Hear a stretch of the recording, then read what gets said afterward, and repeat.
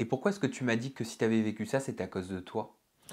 Bah, c'est même ce que j'ai dit à Lucie, que en gros, c'est même pour ça même on était souvent en désaccord, dans le sens où moi, de la manière comment je dirais pas guéri, mais de la manière comment moi je me suis forgé, c'est que c'est à cause de moi, dans le sens où si ça m'est arrivé, c'est par rapport, parce que c'est moi qui ai laissé ces personnes-là rentrer dans ma vie. Si ces personnes-là n'étaient pas rentrées dans ma vie, il me serait jamais arrivé ça. Et c'est comme ça en fait ouais, que par la suite j'ai essayé de me former une façon de voir les choses et que j'avance avec en fait. Tu me disais aussi, ma problématique fait partie de moi tous les jours. À chaque fois que je parlais dans la Mhm. villa, je pleurais. Est-ce que tu sais pourquoi tu es animé par cette émotion 8 ans après?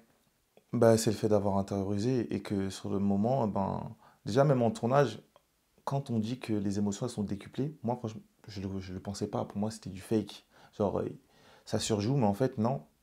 Sur le moment, quand tu parles, c'est des mots, tu peux peut-être utiliser des mots banals que tu as l'habitude d'utiliser, mais en tournage, je sais pas comment t'expliquer la résonance des mots. Moi, en tout cas, c'est ce qui marche chez moi, en tout cas. La résonance des mots, surtout quand on tournage, j'ai utilisé des mots que je ne veux pas utiliser dans la vie de tous les jours.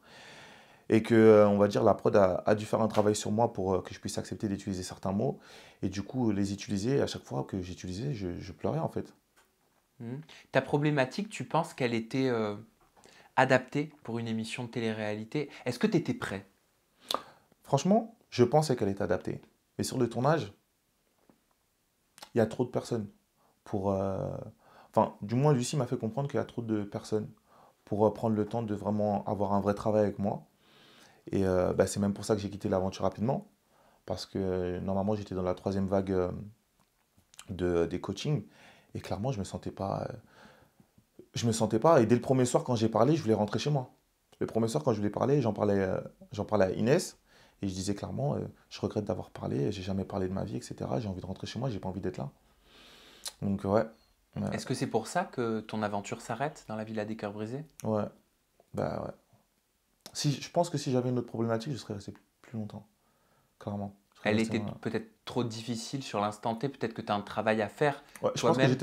j'étais pas réellement prêt. C'est vraiment le mot. Je pense pas que j'étais prêt pour déjà de un m'exposer à nu, parce que c'est vraiment le mot, genre vraiment s'exposer à nu, et pour bah, continuer, enfin, faire des coachings, etc. J'étais pas forcément prêt. Ouais.